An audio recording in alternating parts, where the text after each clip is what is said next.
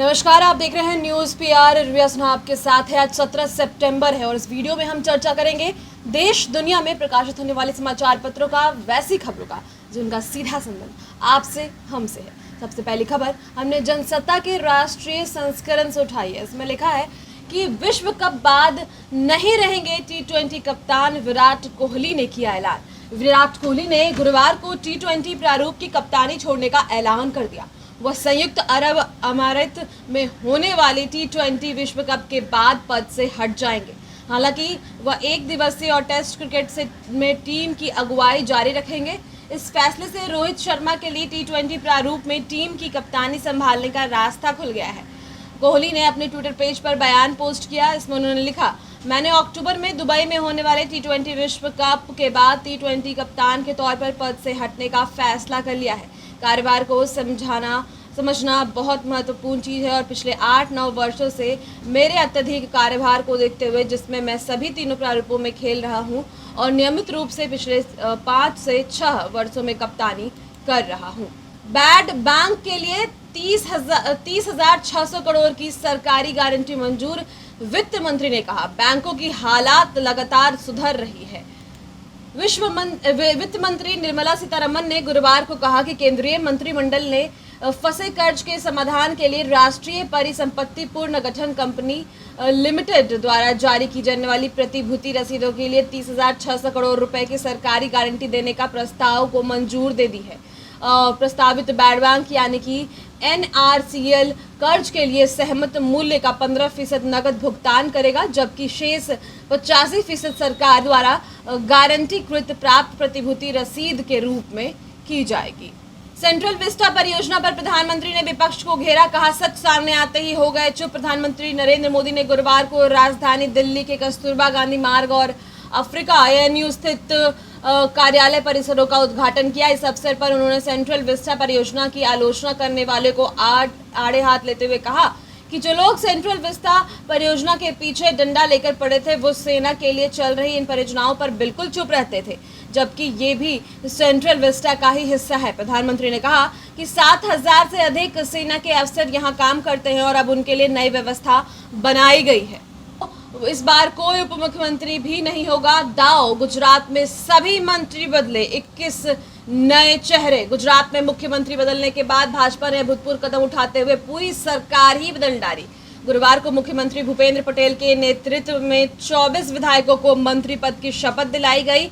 इनमें 21 नए चेहरे हैं। खास बात, पूर्ववर्ती विजय रूपानी सरकार में शामिल रहे 22 मंत्रियों में से किसी को भी नई सरकार में जगह नहीं दी गई है। कोई मुख्यमंत्री भी नहीं होगा। मंत्रालय भी बांट दिया गया है और इसके सियासी मायने निकाले जा रहे हैं।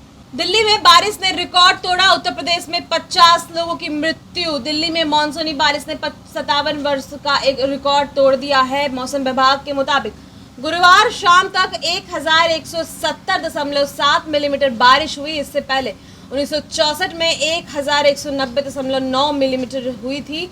वही यूपी में आफत की बारिश ने गुरुवार को 50 लोगों की जान ले ली और दिल्ली में देर से आए मानसून ने इस बार पुराने कई रिकॉर्ड ध्वस्त कर दिए। राजधानी में आमतौर पर मानसूनी सीजन में 653.6 मिलीमीटर बारिश होती है, लेकिन इस बार यह आंकड़ा सामान्य से दोगुने की तरफ बढ़ रहा है। GST परिषद की अहम बैठक आज वित्त मंत्री निर्मला सीतारमण की अध्यक्षता में शुक्रवार को लखनऊ में GST परिषद की अहम बैठक की जाएगी। इसमें पेट्रोल डीजल पर GST लगाने के संबंध में चर्चा भी हो सकती है और इससे पेट्रोल डीजल के दाम सस्ते भी हो सकते हैं। IPS राकेश दुबे के 4 ठिकानों पर छापेमारी। रियल एस्टेट की कई कंपनियों में भारी निवेश के EOU को मिले सुराग। IPS अधिकारी और भोजपुर के पूर्व SP राकेश कुमार दुबे के 4 ठिकानों पर गुरुवार को आर्थिक अपराध इकाई ने छापेमारी की। आय से अधिक संपत्ति अर्जित करने के मामले में यह कार्रवाई की गई। पटना और झारखंड के 2-2 ठिकानों की तलाशी में करोड़ों की चल अचल संपत्ति का खुलासा हुआ। उन्होंने कई रियल एस्टेट कंपनी में अपनी कमाई लगा रखी है।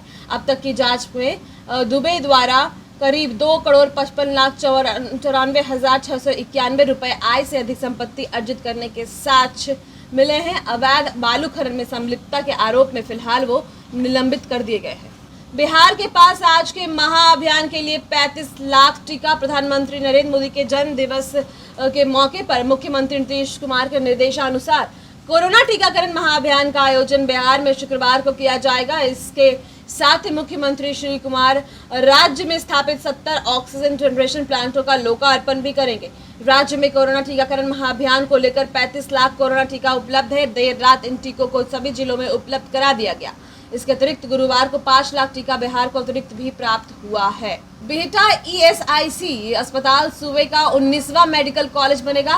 राज्य के पटना स्थित बिहटा में स्थापित कर्मचारी राज्य बीमा निगम अस्पताल में मेडिकल कॉलेज बनेगा।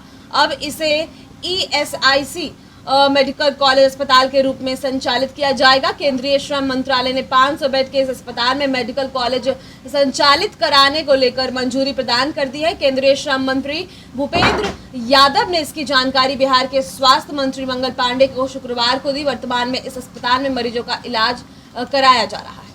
गया में खाद के लिए महिलाओं ने सड़क पर उतर किया प्रदर्शन। पुलानी पड़ी पुलिस। जिलों में खाद की किल्लत बरकरार, किसान परेशान। यूरिया का आयात कम होने से राज्य के किसानों की परेशानी बढ़ती जा रही है। जुलाई में आवंटन से 1 लाख टन कम खाद बिहार को मिला। उसके बाद स्थिति सुधरी, लेकिन कमी भी भरपाई नहीं की जा सकी है। लिहाजा इसका लाभ व्यापारी उठा रहे हैं और किसान परेशान हैं। बाढ़ वाले कुछ जिलों को छोड़ दें तो रोज मारामारी की नौबत हो रही है। कई जगह प्रदर्शन हो रहे हैं। गया के फतेहपुर में महिलाओं भी सड़क पर उतर गई थी। वहां पुलिस बुलानी पड़ी थी। खाद की आपूर्ति कम होने के कारण कालाबाजारी रोकने के विभाग प्रयास में लगा है और बहुत कामयाब नहीं हो पा रहा है। शिक्षक नियुक्ति का मामला। 600 शिक्षक अभ्यर्थियों के प्रमाण पत्र फर्जी पाए गए। राज्य में चल रहे प्रारंभिक शिक्षक नियुक्ति के तहत अब तक 600 से अधिक चयनित अभ्यर्थियों के विभिन्न प्रमाण पत्र फर्जी पाए गए हैं। ऐसे में चयनित अभ्यर्थियों पर तत्काल प्राथमिकी दर्ज कराने का शिक्षा विभाग का निर्देश है। जिलों से विभाग को मिली जानकारी के अनुसार जिनके प्रमाण पत्र फर्जी पाए गए हैं उनमें अधिकतर मामले में प्राथमिकी दर्ज करा दी गई है। शेष पर जल्द ही प्राथमिकी दर्ज कराई जाएगी। चयनित अभ्यर्थियों के प्रमाण पत्र की जांच काउंसलिंग में की जा रही है। वहीं प्रमाण पत्रों का सत्यापन संबंधित बोर्ड अथवा संस्थान में भी कराया जा रहा है। मालूम हो कि 94,000 प्रारंभिक शिक्षकों के पद पर नियुक्ति की प्रक्रिया चल रही है।